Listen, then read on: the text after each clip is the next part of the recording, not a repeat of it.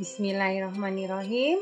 Assalamualaikum warahmatullahi wabarakatuh. Selamat pagi anak-anak. Alhamdulillah kita berjumpa lagi di kegiatan belajar online.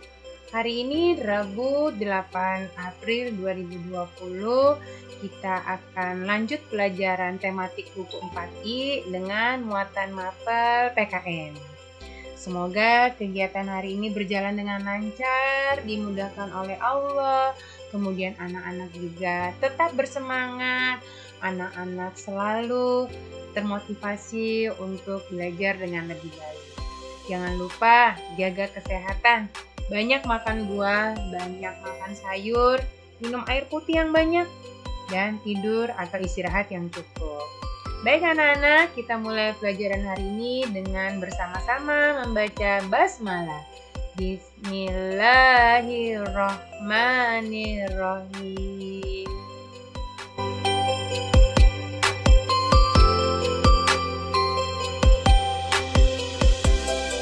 Materi hari ini adalah hak dan kewajiban terhadap sumber energi dan sumber daya alam. Jadi ternyata hak dan kewajiban itu tidak hanya hak dan kewajiban saya atau kita sebagai seorang pelajar atau hak dan kewajiban kita sebagai seorang anak. Tetapi hak dan kewajiban itu juga ada terhadap sumber energi dan sumber daya alam yang telah Allah berikan kepada kita semua. Apa saja hak dan kewajibannya? Yuk kita pelajari bersama.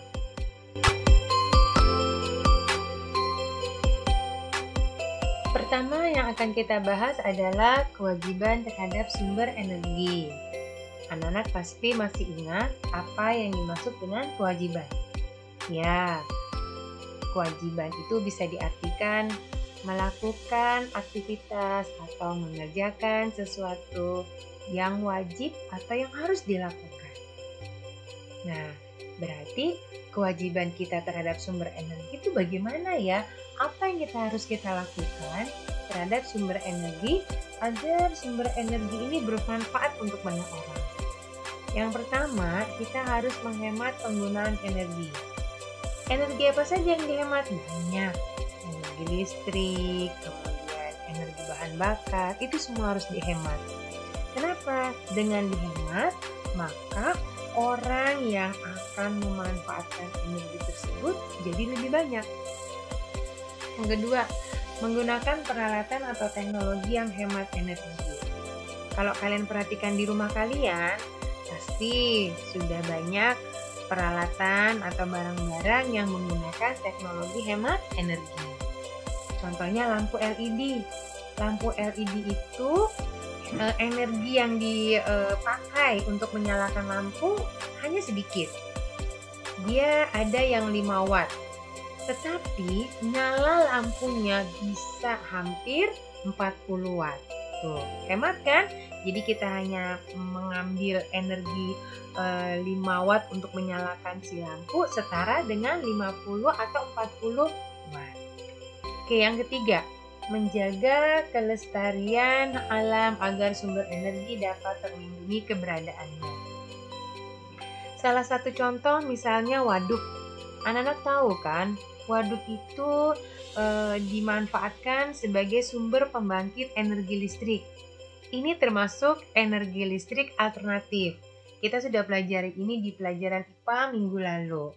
Jadi air dapat dimanfaatkan sebagai energi alternatif untuk menghasilkan energi listrik. Nah, waduk yang berisi air itu harus dipastikan terus penuh airnya. Oleh karena itu, lingkungan di sekitar waduk harus tetap asri, harus memiliki banyak resapan-resapan sehingga dapat menampung banyaknya air hujan atau baiknya air tanah sehingga waduk tersebut tetap penuh air. Nah, kalau selalu banyak air, maka dapat terus-menerus memproduksi atau menghasilkan energi listrik. Yang keempat, mengajak orang lain untuk menghemat energi. Ini bisa dilakukan dengan ajakan langsung, misalnya mengingatkan orang-orang rumah untuk mematikan lampu jika sudah siang hari, atau tidak perlu menggunakan AC di pagi hari, cukup buka pintu, buka jendela, insya Allah udara dari luar akan masuk ke dalam rumah, justru itu membuat kita menjadi lebih segar dan lebih sehat.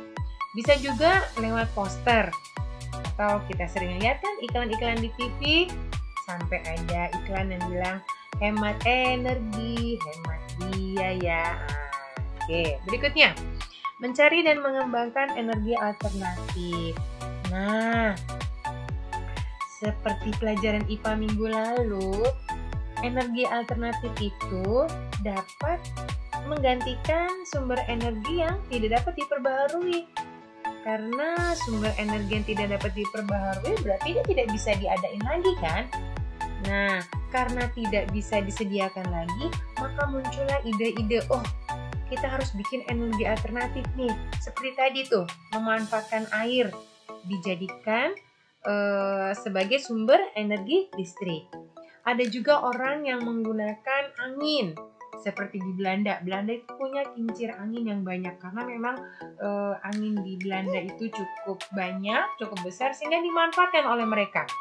Dari perputaran kincir itu nanti akan dihubungkan kepada generator untuk menghasilkan energi listrik. Nanti energi listriknya tinggal disalurkan ke rumah-rumah.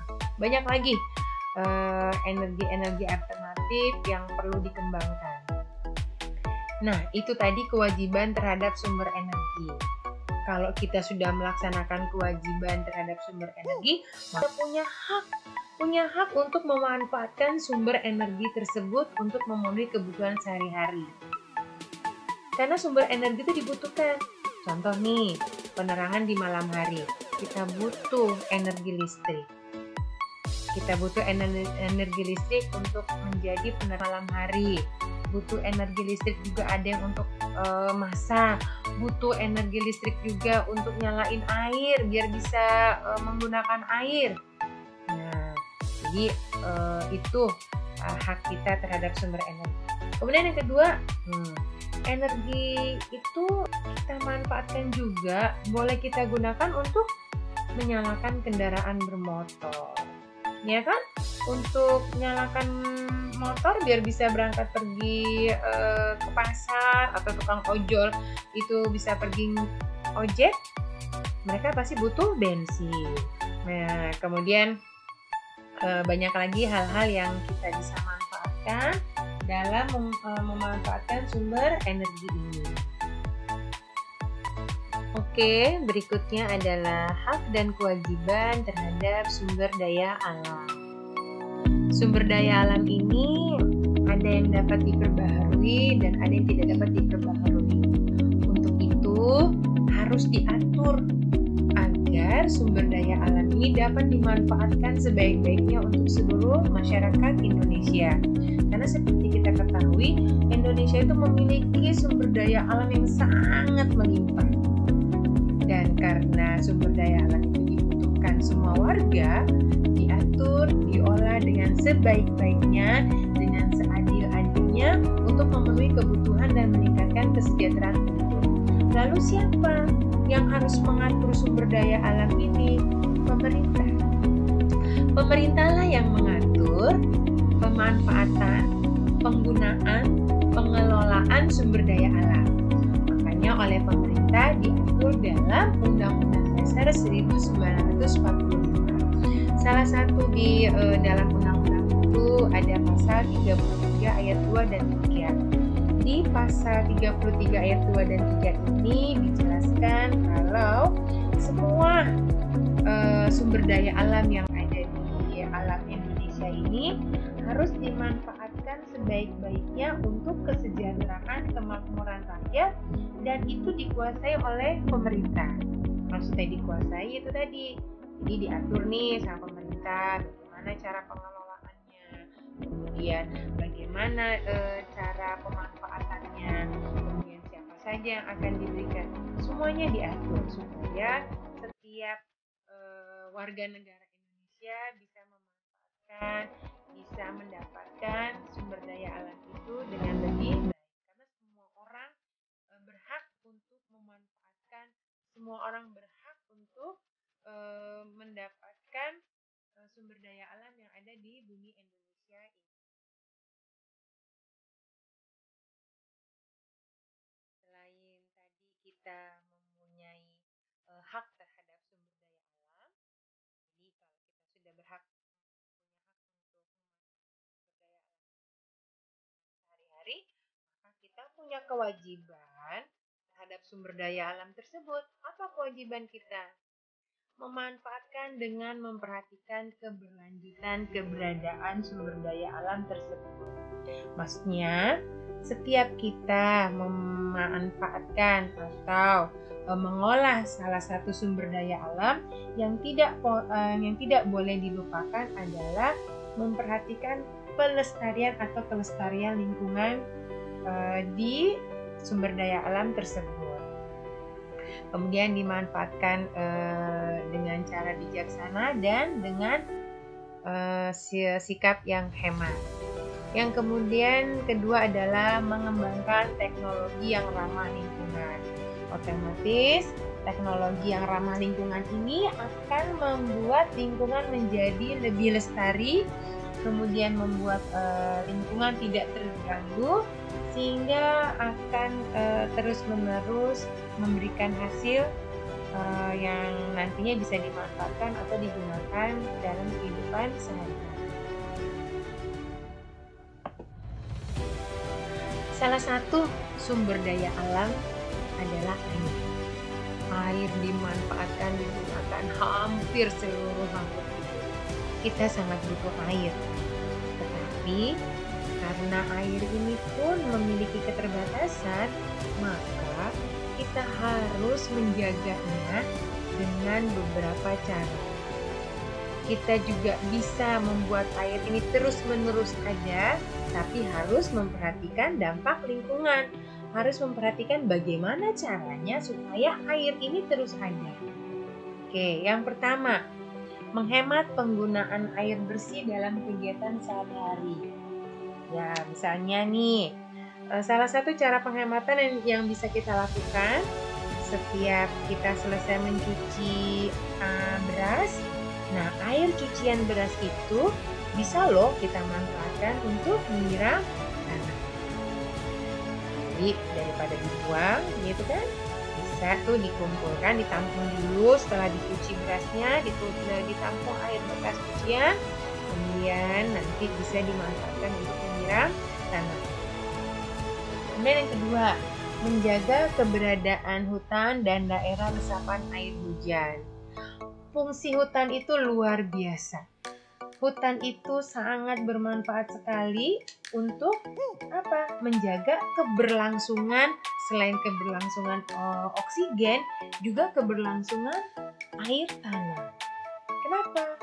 Jadi hujan itu ketika dia turun, maka hutan akan menangkap air hujan yang turun tersebut dengan akar-akar pohon. Jadi pohon akan menyerap air-air yang turun oleh akar, sehingga menjadi cadangan air yang nantinya pasti bisa dimanfaatkan untuk kegiatan berikutnya. Kemudian yang ketiga, tidak mencemari sumber-sumber air bersih seperti sungai, mata air, dan sumur. Anak-anak pasti sudah tahu kenapa kita tidak boleh mencemari sumber air ini. Kita tidak boleh buang sampah sembarangan. Kita tidak boleh buang limbah ke sungai, ke mata air, ataupun ke sumur. Supaya airnya tetap bersih dan selalu ada. Kemudian yang keempat, membuat lubang resapan di halaman sekitar rumah. Ini bisa kita lakukan di rumah anak-anak masing-masing, misalnya di depan rumah atau di halaman rumah yang masih ada tanahnya. Bisa bikin sedikit lubang resapan, diameternya sekitar 20-25 cm. Sehingga dengan lubang-lubang resapan tersebut diharapkan cadangan air tanah bisa lebih tersedia dan pastinya akan membuat lingkungan menjadi lebih bersih, lingkungan menjadi lebih asri. Kemudian, yang terakhir, memperbanyak menanam pohon di lingkungan sekitar rumah. Ini dia. Ini dia maskotnya si air bersih, yaitu pohon. Pohon itu penting sekali untuk ditanam agar dia bisa selalu menyediakan air tanah, air bersih. Tuh ya. Jadi, Miss boleh nggak sih kalau aku nanamnya di pot-pot, Miss? Boleh. Kalau menanam di pot itu pastinya membuat udara juga lebih segar. Tapi ketika kamu menanam pohon itu ada di tanah, maka air hujan yang turun akan ditangkap oleh akar-akar pohon tersebut, kemudian jadi cadangan air, dan air tanah akan selalu bersih dan selalu disaring oleh si akar pohon.